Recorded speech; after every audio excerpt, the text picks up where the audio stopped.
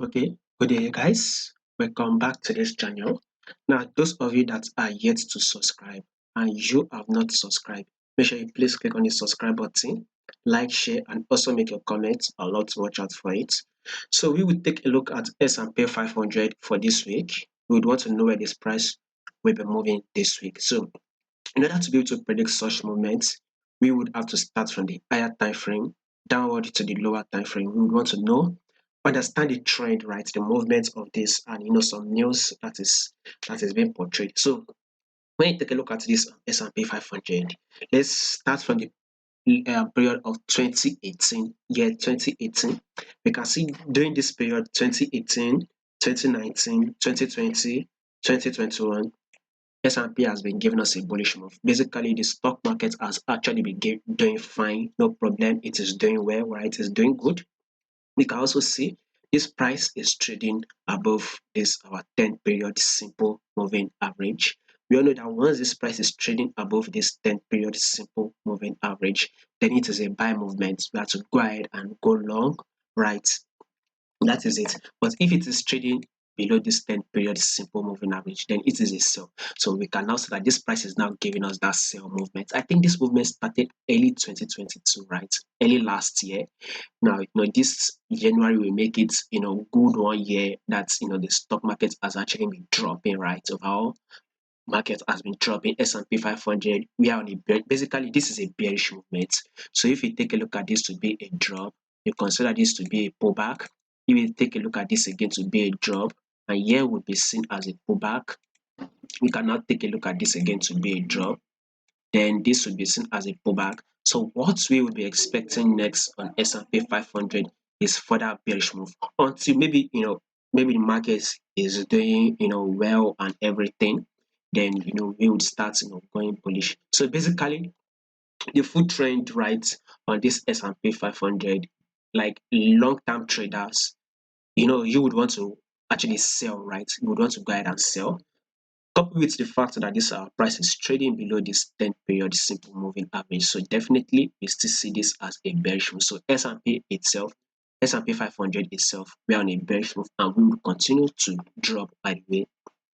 So this, for the monthly aspect of it, we will be expecting more bearish move to be made. Now, to be able to predict this price for this week, I want us to actually go to the weekly time frame. You can see the full trend on the weekly time frame. A bearish move, lower lows, lower highs, lower lows, lower highs is what's playing out. We talked about a new lows needs to be made that will take out this lows, right? This lows here, we need a new lows that will be made. So that is what we will be getting on S&P 500. The thing is that the price will not just drop down and take out these lows. We will need a trend movement down, something like a bearish move, a pullback.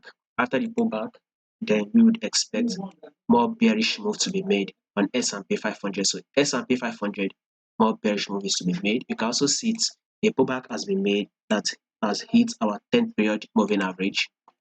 So now this price has hit our 10 period moving average, then we should expect more drop. So basically, this week, right, we'll be expecting a bearish move. About 2 weeks ago, we actually had a bullish move, right? And this week that just finished, we actually had a bullish move. So let's see if this week S&P will give us, a bearish move. So we should expect a drop in S&P.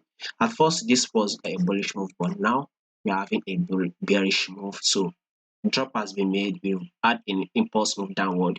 A pullback has been made. So now that we believe this pullback to be over, we should expect more bearish move on S&P 500.